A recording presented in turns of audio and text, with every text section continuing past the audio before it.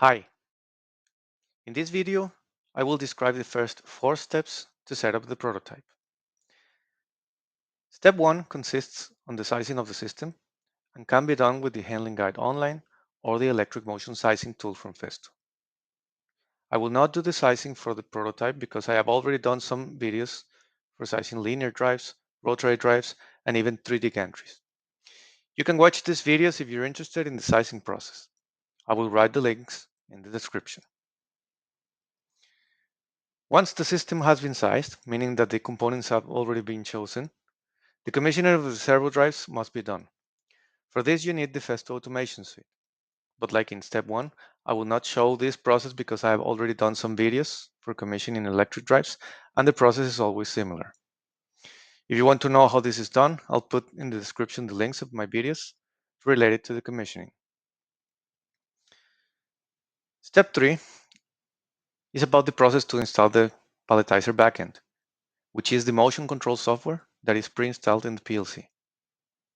So if you buy the Festo Palletizer package, you'll get the PLC with the software already installed. Step 4 consists of the commissioning of the software. What I need is the PLC with the Palletizer backend installed and the IP address of the PLC in order to access the visualization. I'll show you a small video that I made to explain all this. If the IP address of the PLC is not known, one can use the Festo Field Device tool to scan the network and find it out. The tool found for servo drives and 2 PLCs. I will use the CPXE, so I just select it and click on the Homepage button. I click on the tab code ZIS and Visualization. And now I see the visualization of the Palletizer backend. At the top there is a tab named OPCUA, which is the interface to the Palletizer frontend. Here I can monitor the digital inputs and outputs. There is an error because the safety status bit is not active. I'm going to activate it. And then I need to set the acknowledge bit. And now the error is gone. I'll go back to the main screen. And I'll click on commissioning. This is where I have to specify the software limits. But I first need to log in. I do this by clicking on the hamburger button. The password is Festo with capital F. I click on the login button. And go back. Now I'm able to edit the limits. I made a small overview to show these limits. And as you can see, they are already correct. 300 in the X direction.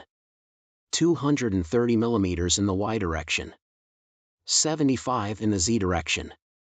And 180 degrees is the maximum limit I gave to the rotary drive.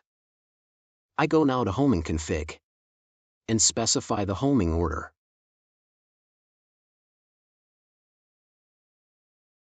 Here I can specify the homing method.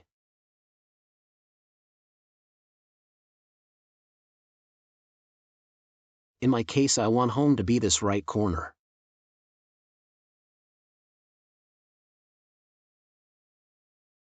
I can also specify a park position. And here, I can save these parameters. I'm done with the commissioning and I'll click on the Motion tab to make sure that everything is okay. I click on Homing and activate all the servo drives by clicking on this button. Then I click on the Homing System button and see how all the axes go to their home position.